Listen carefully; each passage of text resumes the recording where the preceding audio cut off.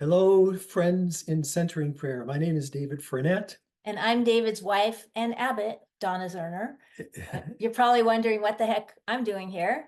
Jenny on the committee kind of insisted that Donna be with me in this message because I guess you all have seen some of my videos I do solo, and then you've seen some videos that we do together, and you prefer the ones together.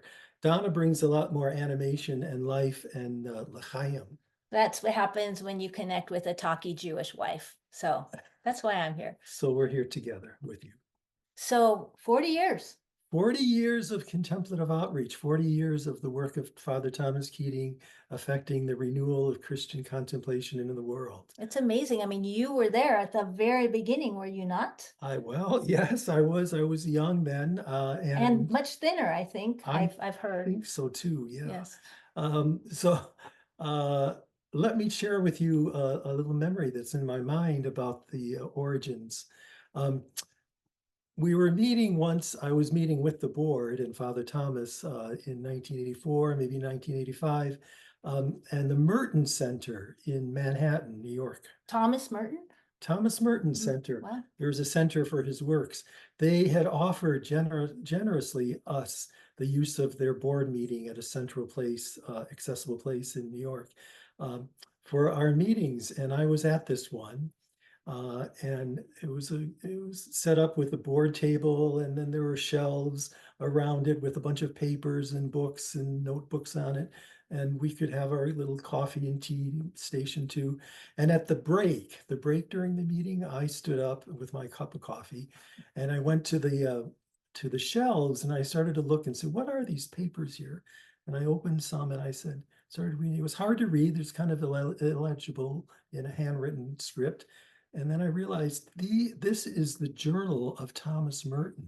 Handwritten. Handwritten. And then I realized I'm surrounded by his journals from the last decade of his life. Did you spill coffee on them? Luckily, I did not. Oh, thank God. I was careful with my coffee. And later, they were edited and organized to coffee-free and published as many books of Thomas Merton's. So, but Thomas Keating. Thomas. So I said, look at this, everybody. Look at this, Father Thomas. How wonderful that we're surrounded by Merton's journals. And Father Thomas Keating said, well, this is a real blessing. This is a blessing that our gathering can have the sense of enfoldment by the work of Thomas Merton, even though they didn't know each other, Keating and Merton, but to have it enfolded into a new generation.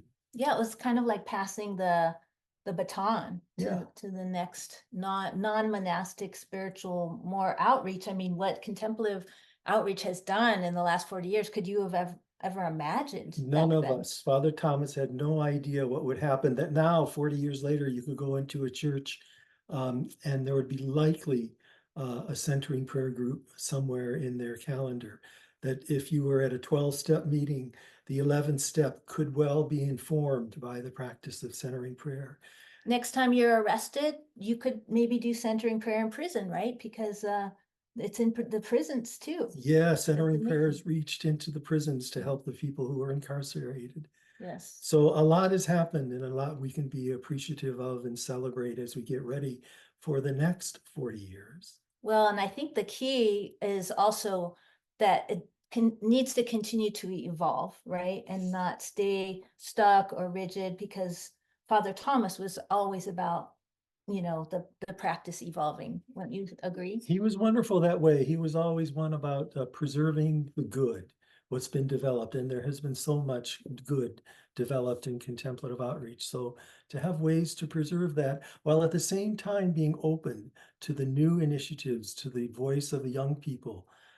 And he wrote about that once. Where did he write about it? In this book that you happen to have. Oh my God, this amazing book. I hope you've all read it. I've heard it's great. It's by someone named David Frenette. Father Thomas wrote the foreword about 10 or 12 years ago. And this is a line from the foreword. Thomas said, "A spiritual tradition stagnates unless it continues to breathe new life into itself with practices and resources appropriate for longtime practitioners, new generations of seekers, and changing social conditions." and things are changing.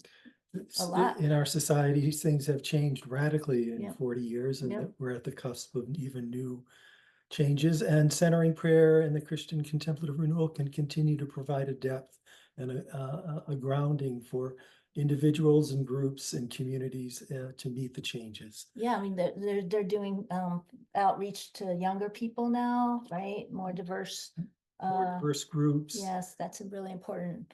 Establishing, as you're learning about in your meeting, collaborative initiatives with groups at the edge of contemplative outreach and within and outside. These are all good signs. Yeah, that's exciting. I mean, to me, what's really interesting is that 40 years ago at the beginning of contemplative outreach, at this seminal meeting, you were surrounded by Thomas Merton's notebooks and archives, and it was amazing. And now 40 years later, here you are at Emory, the site of Thomas Keating's archives.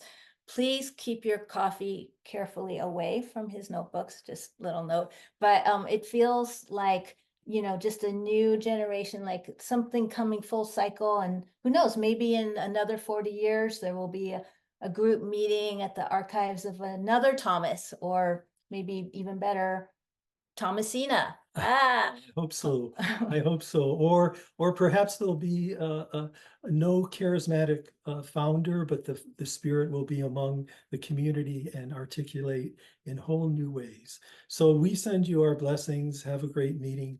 And it's been enjoyable to gather and reflect on the origins. yes, many blessings to you. Bye-bye. Thank you.